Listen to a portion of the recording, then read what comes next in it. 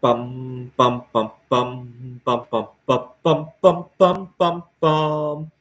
The Peter Dislike Show. Bum bum bum bum bum bum bum. I'm recording this in early October. There's a strike going on with the port workers in the East Coast, and all of a sudden everybody's hoarding toilet paper again. It's really fun to watch for some reason. I would never get involved in that. It's really fun to watch, though. But I have some things I want to share about it. I'm actually happy for them. If I have to miss out on a couple things because of their strike, I'm not too upset about it. In fact, right now, as I speak, I'm waiting for a package of tantalum metal. I'm doing some art, and if it's delayed, that's worthy of it. Why? I really love how the port workers over in the East Coast have the solidarity of working together for a solution. Yes, it's dramatic, but it's solidarity. At a lot of other workplaces that I've been at, I feel that management did whatever was in their power to divide all of us so that none of us would pull together. Imagine a tug of war, right?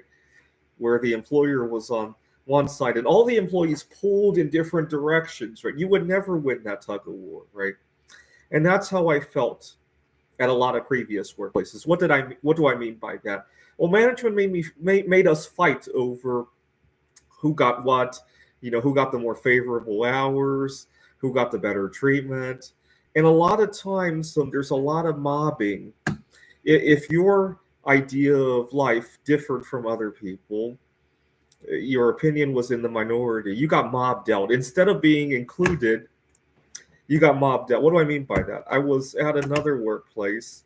I was the only one of the few, at least, people who was single at the workplace, no kids. And instead of honoring that, there were other things that were near and dear to me. I got mobbed out. I was at a, I was working at a tutoring center when, let's see, there was me.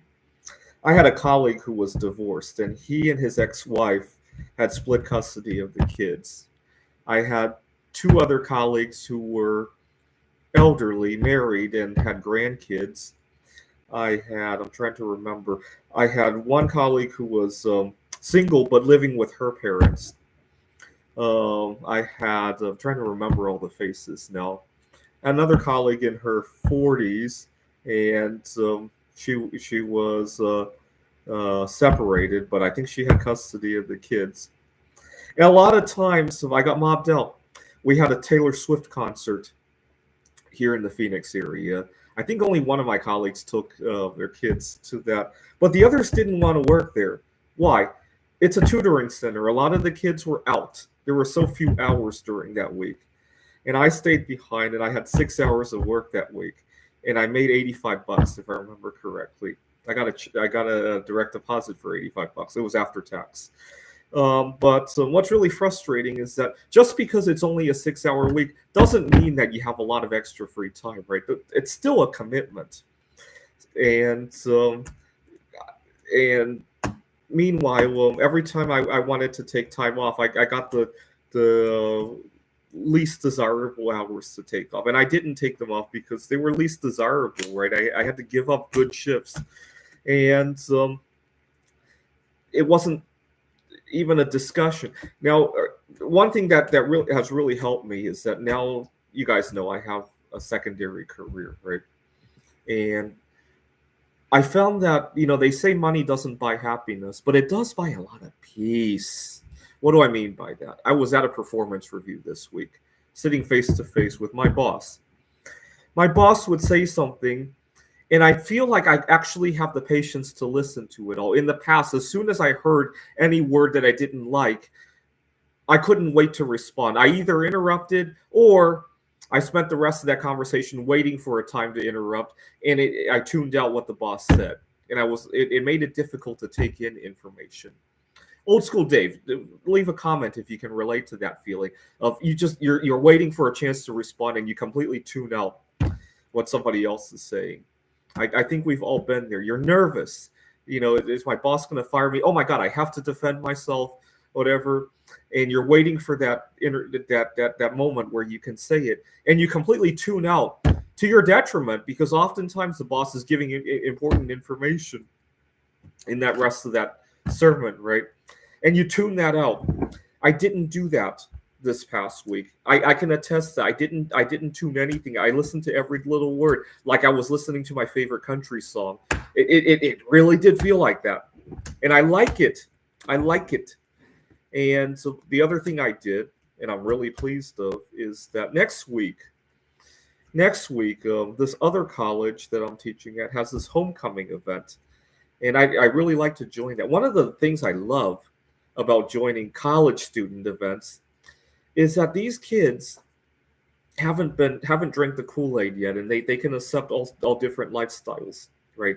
You got to understand also the generational difference. A lot of these kids are probably going to be lifelong bachelors, right?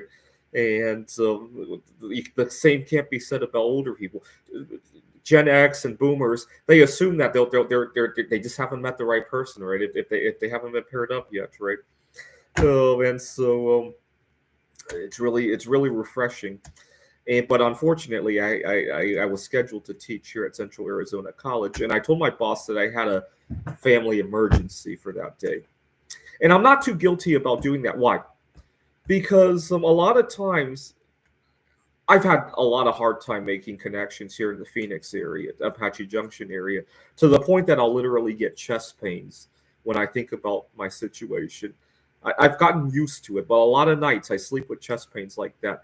Well, if you had chest pains from any other situation, I think most people would call that a serious emergency. And so I'm not guilty about saying that, quote unquote, I had a family emergency next Wednesday. I'm not guilty about doing that at all. And the fact that I have a secondary career makes it flow out so much easier, right? And again, I listened to my boss when he responded about solutions to that, how to find somebody to substitute and all that. It was good.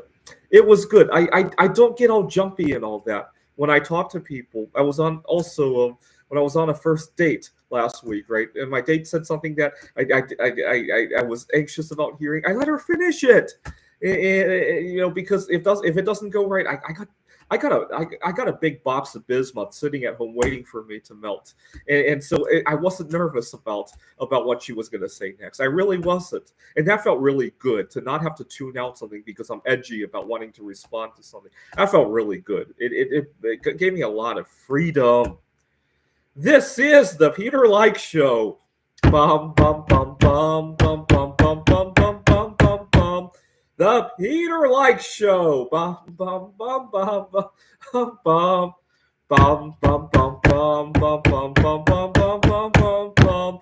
The Peter Like Show. Bum bum bum bum bum bum bum.